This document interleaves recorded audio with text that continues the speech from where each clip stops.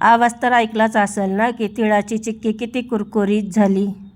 अचूक प्रमाण आणि योग्य पद्धतीने केली तर दाताला अजिबात चिक्की चिटकत नाही किंवा चिवट पण होत नाही.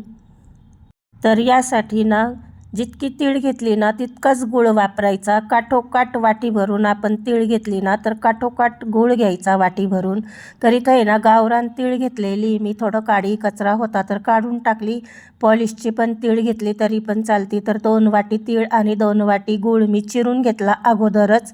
तर त्या अगोदर आहे ना तयारी करू, थोडं कोलपाट लाटण्याला तूप लावून घेऊ आणि चमच्याला पण तूप लावून घेऊ, म्हणजे वेळेवरती पटकन आपल्याला करण्यासाठी. तर त्यासाठी आहे ना एक प्लास्टिकची पन्नी पण घेतली मी, मोठी होती म्हणून थोडी घडी मारली त्याला आणि कोलपाटावरती अशीच ठेवून दिली, म्हणजे कोलपाटाचं तूप पन्नीला लागल. आपल्याला वेगळं तूप पन्नीला लावण्याची गरज पण नाही आहे.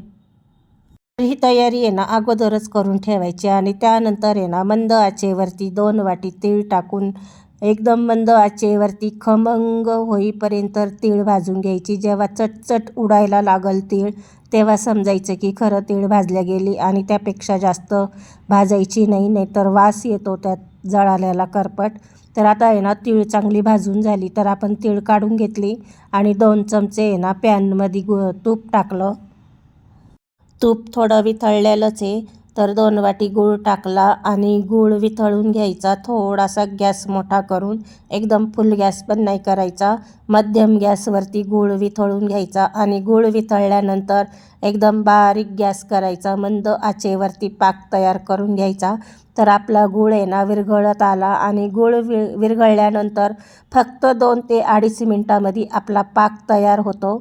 तर आता एकदम मंद आचेवरती थोडं ढवळून घ्यायचं, सारखं हलवत राहायचं. पाकाला पाक लागायला नाही पाहिजे, तर लगेच चेक करून घ्यायचं. गूळ वितळला की 1 मिनटातच चेक करायचं. थोडं पाण्यामध्ये टाकून घ्यायचं आणि त्याची आहे ना नरम गोळी तयार होती. तर अजून 1-अर्धा मिनटं आपल्याला गूळ शिजवण्याची गरज आहे. अजून मिनिटभर मी गूळ शिजून घेतला आणि परत चेक करून पाते पाण्यात टाकून. तर पाण्यात टाकलं ना 2-3 सेकंदानंतर हात लावायचं, कारण गूळ खूप गरम असतो. 2-3 सेकंदांनी गार होतो.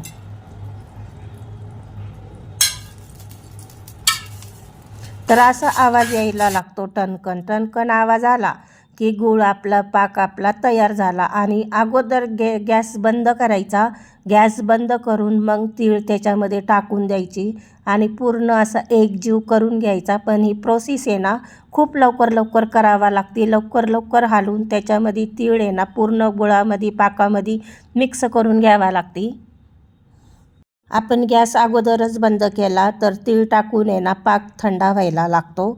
तर त्यासाठी आहे ना ही प्रोसेस लवकर लवकर करावा लागते. एकजीव करून पटकन उतरून खाली टाकावा लागते. तर आता ही पन्नी आहे ना आपण बाजूला काढून ठेवली आणि हे सगळं पॅनमधलं आहे ना मिश्रण कोलपाटावर टाकलं. तर पन्नीवरती पण केलं तरी चालतं किंवा लाकडी कोलपाटावर केलं तरी चालतं, पण माझ्याकडं आहे ना दगडी कोलपाट आहे तर ह्याच्यावरच मी करते. आणि हे जे चमचा आहे ना ह्याला अगोदर आपण तूप लावून घेतलं. जर वाटी किंवा फुलपात्र असतं ना त्याच्या बुडाने पण करतात, त्याच्या बुडाला थोडं तूप लावून, तर ते पण करून दाखवते मी. पेल्याला थोडं तुपाचा हात लावला, अजिबात पेल्याला चिटकत नाही. थोडंसंच आपल्याला दाबायचं आहे, म्हणजे थोडंसं पसरून घ्यायचं आणि त्यानंतर लगेच पन्नी टाकायची आणि भरभर लाटून घ्यायचं. का की त्याला आहे ना वेळ जास्त वाया नाही घालवायचा आणि खूप फास्टमध्ये हे काम करावं लागतं. जितकी आपली पोळी लाटल्या जाईल तितकी लाटून घ्यायची. जितकी जाड पातळ करायची ते आपल्या आवडीप्रमाणे. तर मी पातळ पण नाही जाड पण नाही, आता मध्यभागी थोडं जाड आहे ना तर थोडंसं फिरवून घेते आणि लगेच पन्नी काढून घेते. तर बघा पन्नीला थोडंसं पण तिळीचा दाणा अजिबात चिटकलेला नाही आणि गरम असतानाच कटर किंवा चाकूनी लगेच त्याला लागण त्या आकाराचे आपण कापून घ्यायचे. तर मी आहे ना चौकोनमध्येच कापले आणि थोडे छोटे छोटे कापले. तर आता मिश्रण थोडं थंड व्हायला लागलं ना तर थोडं कापायला पण त्रास होतो, पण झालं. तर आता 15-20 मिनटं आहे ना थोडं हवेशीर मी सुकायला ठेवलं. आता 20 मिनटं झाले. हात लावून बघितला तर अजिबात हाताला लागलं नाही आणि बराबर आपल्या वड्या पण चिक्की पण पडायला लागली तिळाची. तर अशा मोकळ्या सहसळ वड्या निघतात त्याच्या. तर इतकी जाडसर ठेवली मी, तोडूनही दाखवती तर भरभर अशी तुटल्या चालली आणि एकदम कुरकुरीत झाली. तर अशा पद्धतीने केली ना तर अजिबात दाताला गूळ चिटकत नाही आणि किंवा चिवट पण लागत नाही.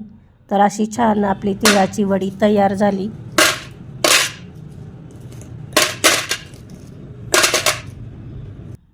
तर आवाज तर ऐकलाच आहे ना किती कुरकुरीत झाली. तर मंडळी आहे ना, सर्वांना मकर संक्रांतीच्या हार्दिक शुभेच्छा. आणि चिक्कीला किती चमक आली ते तर दिसतंच. रेसिपी आवडल्यास लाईक करणे.